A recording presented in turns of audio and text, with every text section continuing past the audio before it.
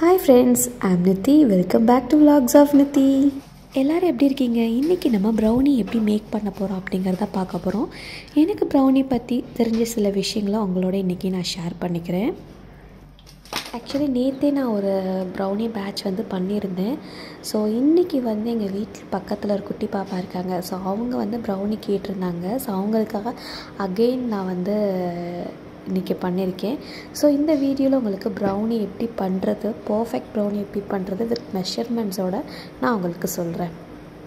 நீங்கள் ப்ரௌனி பண்ணும்போது கரெக்டான இன்க்ரீடியண்ட் அண்ட் கரெக்டான மெஷர்மெண்ட்ஸில் பண்ணிங்க அப்படின்னா அந்த ப்ரௌனி நல்லா ஃபஜ்ஜியாக சூவியாக நல்லா சாஃப்டாக சூப்பர் டேஸ்ட்டோடு உங்களுக்கு கிடைக்கும். ஸோ மெயின் இன்க்ரீடியண்ட் அதோடைய மெஷர்மெண்ட்ஸ் தான் ப்ரௌனிக்கு ஃபர்ஸ்ட் ரொம்ப இம்பார்ட்டண்ட். ஸோ என்னென்ன வேணும் அப்படின்னா வெனிலா எசன்ஸ், மைதாக்கு பதிலாக ராகி, வீட் எது வேணால் நீங்கள் பண்ணலாம். தென் பேக்கிங் பவுடர், பேக்கிங் சோடா தேவையில்லை. தென் 2 எக்ஸ் நமக்கு தேவைப்படும். And butter. ஸோ பட்டர் நீங்கள் எப்போ செய்ய போகிறீங்களோ அதுக்கு ஒரு 1/2 அன் ஹவருக்கு முன்னாடி அந்த பட்டரை எடுத்து வெளியே வச்சுடுங்க ஃப்ரிட்ஜுக்குள்ளே இருந்து அப்படின்னா. தென் சாக்லேட்ஸ், நீங்கள் டார்க் சாக்லேட்ஸும் யூஸ் பண்ணலாம், எதர் டைரி மில்க்கும் யூஸ் பண்ணலாம். டைரி மில்க் யூஸ் பண்ணுறீங்க அப்படின்னா நீங்கள் சுகர் கண்டென்ட் நீங்கள் எக்ஸ்ட்ராவாக ஆட் பண்ணுற சுகரை கொஞ்சம் கம்மி பண்ணிக்கலாம். ஏன்னா டைரி மில்கில் நிறைய ஸ்வீட்னஸ் இருக்கும். டார்க் சாக்லேட் அப்படிங்கிறப்போ நீங்கள் எக்ஸ்ட்ராவே ஆட் பண்ணிக்கலாம். ஸோ ஒரு இன்க்ரீடியண்ட்டும் எவ்வளோ மெஷர்மெண்ட்ஸில் போடணும் அப்படிங்கிறத நான் ஸ்க்ரீன்லேயும் மென்ஷன் பண்ணுறேன், டிஸ்கிரிப்ஷன்லேயும் வைக்கிறேன், ஃபஸ்ட்டு கமெண்ட்லேயும் பின் பண்ணுறேன். ஃபர்ஸ்ட் சாக்லேட் அண்டு பட்டரை டபுள் பாயிலிங் மெத்தட் மூலமாக ஹீட் பண்ணிக்கோங்க. அதுக்கப்புறம் நம்ம ட்ரை இன்க்ரீடியன்ட்ஸ்லாம் எடுத்துக்கலாம். ஸோ மெஷரிங் கப் இல்லை அப்படின்னா இந்த உலக்கு இருக்கும்ல, வீட்டில் எல்லார் வீட்லேயும் அம்மா வச்சுருப்பாங்க. மெஷரிங் கப் இருக்கிறவங்க அதை யூஸ் பண்ணிக்கலாம். சப்போஸ் இல்லாதவங்க இந்த உலக்கில் 150 கிராம்ஸ் மைதா நம்ம எடுக்க போகிறோம். ஸோ ஃபர்ஸ்ட் நான் 100 கிராம்ஸ் அந்த மெஷரிங் உலக்கு 100 கிராம்ஸ் அதில் நான் ஃபஸ்ட்டு 100 கிராம்ஸ் ஃபுல்லாக எடுத்துகிட்டு தென் அதில் பாதி எடுத்துக்கிறேன். ஸோ டோட்டலாக 150 கிராம்ஸ் நான் எடுத்துக்கிறேன். தென் கொக்கோ பவுடர் 2 டேபிள் ஸ்பூன் தான், கரெக்டாக 2 டேபிள் ஸ்பூன் ஆட் பண்ணுங்கள். நம்ம மைதாண்டு கொக்கோ பவுடர் எக்ஸ்ட்ரா ஆட் பண்ணோம் அப்படின்னா அந்த கேக் ஒரு மாதிரி வரன்னு போயிடும். நமக்கு சூவியாக ஃபஜ்ஜியாக வேணும் அப்படின்னா கரெக்டான மெஷர்மெண்ட்ஸ் நம்ம ஆட் பண்ணோம். தென் பேக்கிங் பவுடர் 1 டீஸ்பூன் நீங்கள் ஆட் பண்ணால் போதும். ஸோ ட்ரை இன்க்ரீடியன்ட்ஸ் எல்லாமே ஆட் பண்ண பிறகு அதை நம்ம சலிச்சு எடுத்துக்கலாம். ஸோ சலிச்சு எடுத்து அந்த பவுடர் எல்லாமே மிக்ஸ் பண்ணி ஒரு ஓரமாக வச்சுக்கலாம். டபுள் பாயிலிங்கில் மெல்ட்டான பட்டர் அண்ட் சாக்லேட்டை நல்லா மிக்ஸ் பண்ணி வச்சுக்கோங்க.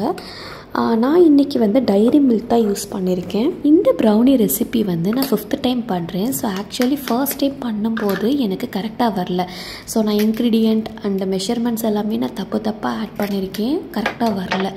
ஸோ ப்ராக்டிஸ் பண்ண தான் எனக்கு கரெக்டான இப்போ அந்த ப்ரௌனி கிடச்சிருக்கு. ஸோ பேக்கிங் பொறுத்தவரை 3 விஷயம் நமக்கு முக்கியமாக தேவைப்படுது. இன்க்ரீடியண்ட், நம்ம கரெக்டான இன்க்ரீடியண்ட், தென் மெஷர்மெண்ட்ஸ், அந்த இன்க்ரீடியண்ட்டை கரெக்டான மெஷர்மெண்ட்ஸில் நம்ம ஆட் பண்ணணும்.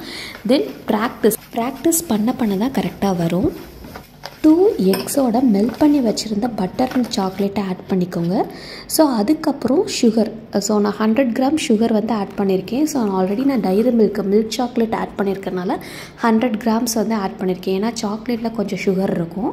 நீங்கள் டார்க் சாக்லேட் ஆட் பண்ணுறீங்க அப்படின்னா 125 கிராம்ஸ் சுகர் ஆட் பண்ணிக்கோங்க. Then 1 tablespoon vanilla essence add பண்ணிக்கோங்க. அதுக்கப்புறம் நீங்கள் மிக்ஸ் பண்ணி வச்சுருந்த அந்த ஃப்ளார் இருக்கு இல்லையா, maida, baking powder and cocoa powder இருக்கு இல்லையா, ஸோ அதெல்லாமே கொஞ்சம் கொஞ்சமாக ஆட் பண்ணி மிக்ஸ் பண்ணிக்கோங்க. டோட்டலாக ஃபுல்லாமே நீங்கள் ஆட் பண்ணிங்க அப்படின்னா ஸோ அந்த பேட்டரில் கட்டி விழுந்துடும். ஸோ கொஞ்சம் கொஞ்சமாக நீங்கள் ஆட் பண்ணி மிக்ஸ் பண்ணிகிட்டே இருக்கும்போது அந்த பேட்டர் நல்லா ஃப்ளோவியாக இருக்கும். ப்ரௌனிக்கு நீங்கள் பேட்டர் மேக் பண்ணும்போது விஸ்க்கு வச்சு ஜென்டலாக மிக்ஸ் பண்ணுங்கள். ஆரல்ஸ் நீங்கள் ஸ்பேச்சுலா கூட யூஸ் பண்ணிக்கலாம். ஸ்பீடாக மிக்ஸ் பண்ணிங்க அப்படின்னா அந்த ப்ரௌனி உங்களுக்கு கிடைக்கிறது கொஞ்சம் ஹார்டாக இருக்கும். ஸோ ஜென்டலாக நீங்கள் ஹேண்டில் பண்ணுங்கள். ஸோ ப்ரௌனி பேட்டர் கொஞ்சம் திக்காக தான் இருக்கும் கம்பேர்ட் டு கேக் பேட்டர் கொஞ்சம் ஃப்ளோவியாக இருக்கும். ஸோ ப்ரௌனி பேட்டர் கொஞ்சம் திக்காக இருக்கும். ஸோ விஸ்க்கு வச்சு நீங்கள் ஓவராக மிக்ஸ் பண்ணாமல் ஸ்பாச்சுலா இல்லைன்னா ஸ்பூன் யூஸ் பண்ணி நீங்கள் மிக்ஸ் பண்ணிக்கலாம். ஸோ இந்த மாதிரி ஃப்ளோவில் தான் இருக்கும் உங்களுடைய ப்ரௌனி பேட்டர்.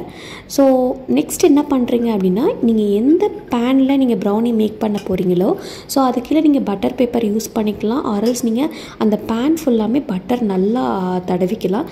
ஸோ அதுக்கப்புறம் உங்களுடைய ப்ரௌனி பேட்டரை அந்த பேனில் நீங்கள் மாற்றிக்கலாம். தென் உங்களுக்கு ப்ரௌனி பேட்டரில் ஏதாவது பபிள்ஸ் இருந்தது அப்படின்னா டூத் பிக் வச்சு நீங்கள் அந்த பபிள்ஸ் எல்லாம் ரிமூவ் பண்ணிக்கலாம். அப்புறம் நீங்கள் ஏதாவது ஒரு நல்ல அடிக்கனமான பாத்திரம் இல்லைன்னா குக்கர் கூட நீங்கள் யூஸ் பண்ணிக்கலாம். ஸோ நீங்கள் எந்த வெசலில் பண்ண போகிறீங்களோ அந்த வெசலை ஹை ஃப்ளேமில் வச்சு ஒரு 5 மினிட்ஸ் நல்லா ஹீட் பண்ணிக்கோங்க. ஹீட்டான பிறகு பேட்டர் வைக்கிறதுக்கு முன்னாடி ஒரு ஸ்டாண்டு போட்டு அந்த பேட்டரை வச்சுக்கோங்க. ஸோ லிட்டு போட்டு க்ளோஸ் பண்ணிவிட்டு நல்லா சிம்மில் வச்சுக்கோங்க. ஏதாவது உங்கள் லிட்டில் ஹோல் இருந்தது அப்படின்னா சப்பாத்தி மாவு எடுத்து அந்த ஹோலை நீங்கள் க்ளோஸ் பண்ணிக்கலாம்.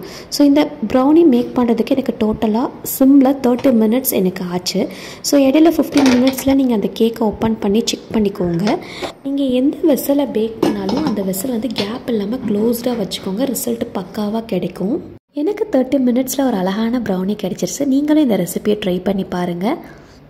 இதுக்கு மேலே நீங்கள் அழகாக சாக்லேட் சிரப் போட்டு டெக்கரேட் பண்ணி சாப்பிட்லாம். ஸோ நான் அந்த பாப்பாவுக்கு இதுக்கு மேலே சாக்லேட் சிரப் ஒயிட் சாக்லேட் போட்டு அழகாக டெக்கரேட் பண்ணி அவங்களுக்கு கொடுத்தாச்சு. அவங்களுடைய ஃபீட்பேக்காக நான் வெயிட் பண்ணிகிட்ருக்கேன். அதே மாதிரி இந்த வீடியோ பார்த்துட்டு உங்களுடைய ஃபீட்பேக், ஃபர்ஸ்ட் டைம் நான் ரெசிபி விலாக் ஷூட் பண்ணியிருக்கேன். உங்களுக்கு இந்த வீடியோ பிடிச்சிருந்தா கமெண்ட் பண்ணுங்கள், லைக் பண்ணிக்கோங்க, சப்ஸ்கிரைப் பண்ணிக்கோங்க. தேங்க்யூ ஃபார் வாட்சிங். நெக்ஸ்ட் இந்த மாதிரி ஒரு சூப்பரான வீடியோவில் உங்களை மீட் பண்ணுறேன். பாய்.